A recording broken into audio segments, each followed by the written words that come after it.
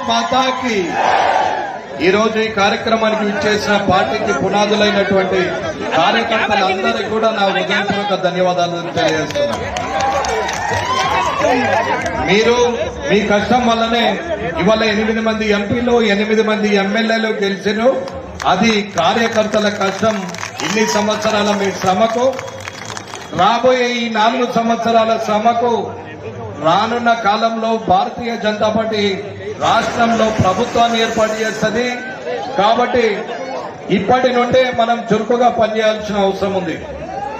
ఈ రోజు పట్టభద్రుల ఎమ్మెల్సీకి అభ్యర్థుడైనటువంటి అంజిరెడ్డి అన్న గారు కానీ, అలాగే టీచర్ ఎమ్మెల్సీకి అభ్యర్థి అయినటువంటి కొమరన్న గారు కానీ, వీరిద్దరికి కూడా మేధావులు, చదువుకున్న వాళ్ళు, ఉద్యోగస్తులు, అలాగే ఉపాధ్యాయులు అందరూ కూడా ఓటేసి మొదటి ప్రాధాన్యత ఓటేసి గెలిపించాలని కోరుకుంటున్నాం. ఈ రోజు కేంద్ర ప్రభుత్వం చేసినటువంటి ఇన్కమ్ ట్యాక్స్ తగ్గింపు వల్ల ప్రతి ఒక్క ఉద్యోగస్తునికి కనీసం 5 లక్షల రూపాయల ఇన్కమ్ ట్యాక్స్ మిగిలిపోయే పరిస్థితి వచ్చింది. మొన్నటి బడ్జెట్ లో మనకు చేసినటువంటి సాయాన్ని ఈ తెలంగాణ ఉద్యోగస్తులు అందరూ కూడా గుర్తుంచుకుంటారు. అలాగే కాంగ్రెస్ ప్రభుత్వం నిర్వాహకం మీ అందరికీ తెలుసు. ముఖ్యమంత్రి చేస్తున్నటువంటి పనులు కూడా తెలుసు. పాత అయినా అట్లున్నాడంటే కొత్త అయినా ఇట్లున్నాడు. పాత అయినకేమో అలువు గాని అన్ని హామీలు ఇచ్చి ఫెయిల్ అయితే, కొత్త అయినా దానికి డబల్ హామీలు ఇచ్చి కనీసం రైతులకు రుణమాఫీ చేయలేదు, రైతు భరోసా ఇవ్వలేదు, అమ్మాయిలకు 12,000 రూపాయలు, అలాగే స్కూటీలు, అలాగే ఉద్యోగాలు, ఇలాంటివి ఏవి కూడా ఇవ్వని పరిస్థితి ఉంది అనేది ఒకసారి ఆలోచించాల. కనీసం ముఖ్యమంత్రినే ఆలోచన కూడా లేకుండా ఇవాళ ఆయన మాట్లాడుతున్న చిల్లర మల్లర మాటల్ని ప్రభుత్వము విలువను తీస్తుంది, ఆ పదవి విలువను తీస్తుంది అనేది ముఖ్యమంత్రి గారు గమనించాల.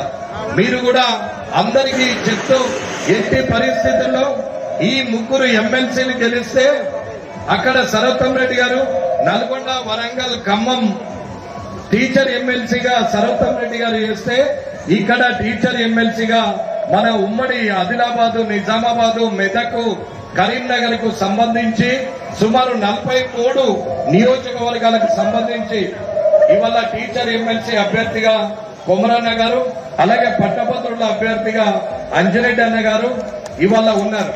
అక్కడ 34 కాన్స్టిట్యున్సీలు, ఇక్కడ 43 కాన్స్టిట్యున్సీలు అంటే మొత్తము 76 కాన్స్టిట్యున్సీలకు భారతీయ జనతా పార్టీ తరఫున ప్రాతినిధ్యం వహించే ఎమ్మెల్సీలుగా శాసన మండలిలో రేపు పెద్ద ప్రశ్నించే గొంతుకగా మారే అవకాశం ఉన్నది. కాబట్టి మేధావులందరికీ రాజకీయ నాయకులు చెప్పాల్సిన అవసరం లేని పరిస్థితిలోనే మేధావులు ఆలోచిస్తారు, ఓటేస్తారని చెప్పి నమ్ముకుంటూ, అలాగే విజయం తథ్యం, మీ కష్టం వట్టిగా పోదు. ఈసారి ఖచ్చితంగా మన దగ్గర ఉన్నటువంటి 2 ఎమ్మెల్సీలు ఆ జిల్లా మిగతా 3 జిల్లాల్లో ఉన్నటువంటి అక్కడ టీచర్ ఎమ్మెల్సీ కూడా ఇవాళ విజయం పొందుతారని చెప్పి తెలియజేసుకుంటూ, ఈ అవకాశం ఇచ్చిన మీ అందరికీ కూడా హృదయపూర్వక ధన్యవాదాలు తెలియజేస్తున్నారు.